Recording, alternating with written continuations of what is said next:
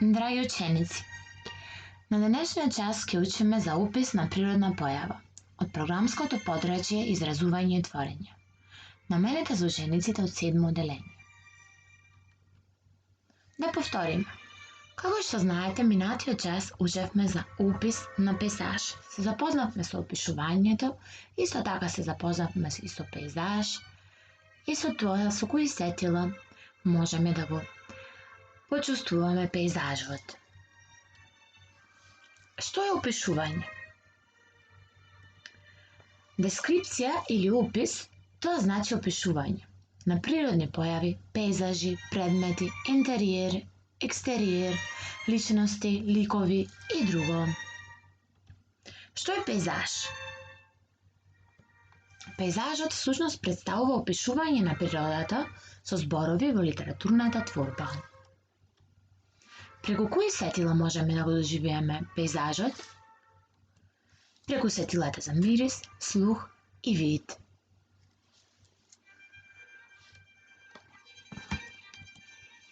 Да научиме. Некоја појава во природата, која затоа што е над секоја позната човечка или природна сила, му се препишува на надприроден извор и тоа представува природна појава.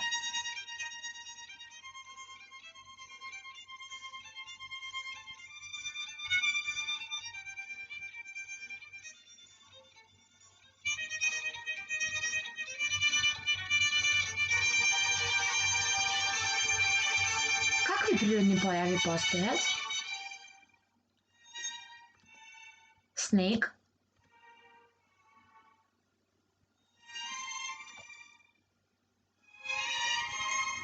дожд,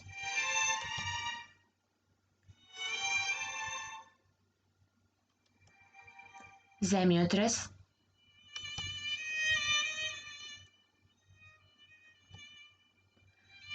движење на месечината и сонцето,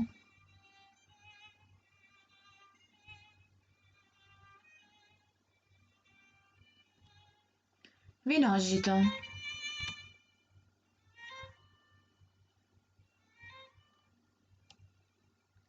ветер,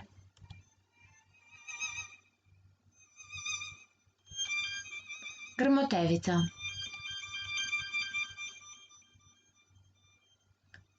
и многу други природни појави, кои сигурно вие ги знаете. Како опишуваме природни појави? При опишувањето не само на природните појави и пейзажите, секогаш кога опишуваме најчесто користиме придавки. Бидејќи знаете, тие ги опишуваат именките. Бидејќи, всушност, природните појави, ветер, дожд и така натаму, тие се именки.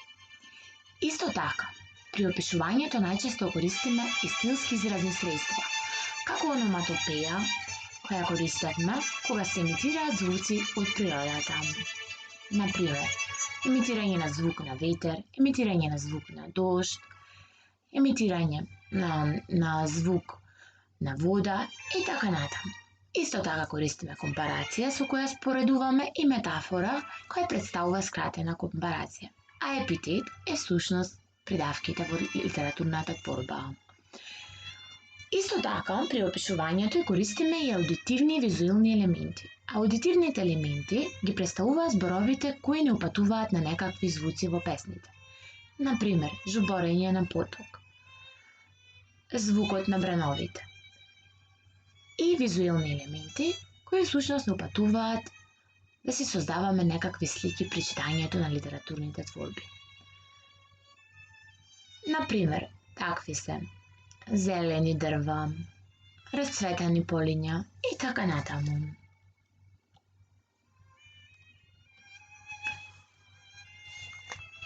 Опис на природна појава дожд. Небото некако како да е луто на есента. Плаче, но ќе престане тие солзи да ги лее на земјата. Дожд, цел ден. Го сакам мирисот на дождот веќе многу години. Ја сакам јесента, која не може без дожд. Како што кокичето е предвесник на пролетта, така студениот дожд е придружен со ветерко, ја најавува есента. Низ градот се шири мирис на дожд и печени костени. Иако утрата се ладни и врнежливи, тие се прилично раздвижени. Сепак, врските повикуваат на училиште, на работа, на пазарување, на шетање. Убаво е чувството, кога чувствуваш како капките дожд безпрестанно удираат през твојата глава. Се враќам дома од училиште накисната како мача.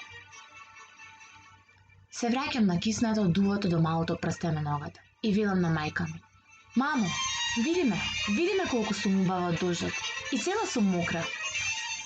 И се разлева прекрасна смеја која грее просторијата. Како што растам, имам се помалку време да им се радувам на дождот. Ми се чини дека заборавам да му се радувам доволно, онака детски од срце. Некои луѓе го чувствуваат дождот. Други само се наводенуваат. Јас не сакам само да се наводенувам. Сакам да го чувствувам дождот на својата кожа. Сакам да трчам боса по водената зелена трева и да го провоцирам дождот да паѓа повеќе, да видиме колку може, колку му е силата. Ништо не може да го замени сенскиот дожд, кој едноставно те мами да се залепиш на прозорецот и да ја гледаш секоја капка како паѓа, да го слушаш прекрасниот звук на тие капки кога ќе паднат, ветрето кој те освежува, сонцето кој ѕирка од задоблаченото небо. Едноставно незаменливо. Ја обожавам есента заедно со дождот.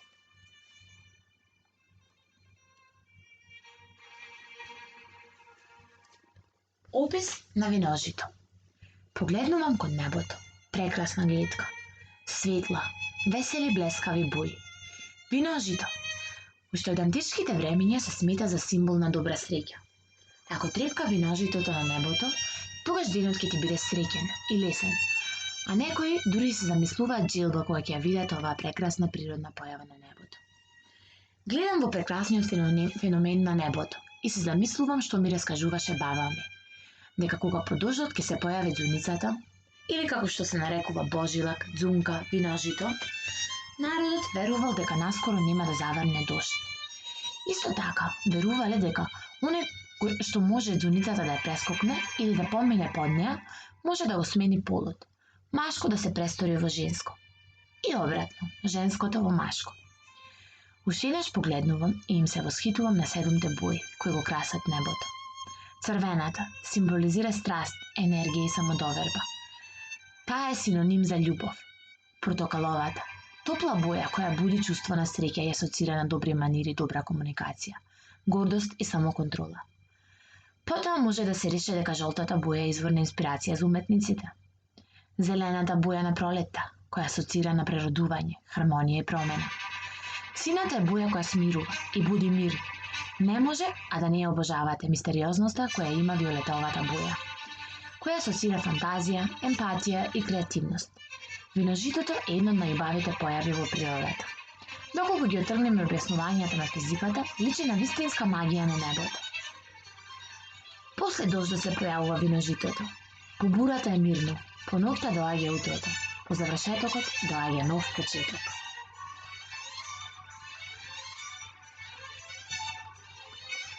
Снег. Снегот повторно над земјата, како гостин кој ретко доаѓа во посета. Неговата појава во сивиот ладен ден умее да предизвика голема радост, токму поради неговата повторна средба со старите пријатели. Оние кои го дочекуваат, излегуваат на прозорците за момент и ги оставаат секојдневните обврски проблеми и уживаат во него. А некои големата радост ја споделуваат со соседите и пријателите за овој неочекуван бел гостин. Во воздухот снегулките го танцуваат најубавиот танц. Низ прозорецот сакам да гледам како снегот паѓа на земјата. Нема нешто побаво од земскиот пейзаж. Снегот си го направил своето, како и секогаш. Успеал да го осветли секој ќоше, секој агол и улица во градот. Насекаде околу мене прекрасно искаена бела постелнина, која блеска надалеку. Го обожавам звукот на пропаѓањето на чизми во снег. Децата најмногу им се радуваат на снегот, со средбата со снегот. Прават ангелчиња во снегот, а секако неизбежни се и тепачките со снежни топки. Снегулките кои личат на кристали не сакам да престанат да прелетуваат наоколу. Снегот, таа убава и неодолива приказна, која кратко трае, се движи како филм кој убаво завршува.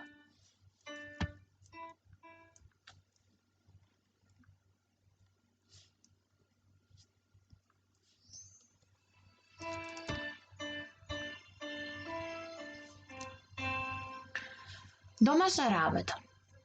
Избери една природна појава, исто така опиши ја.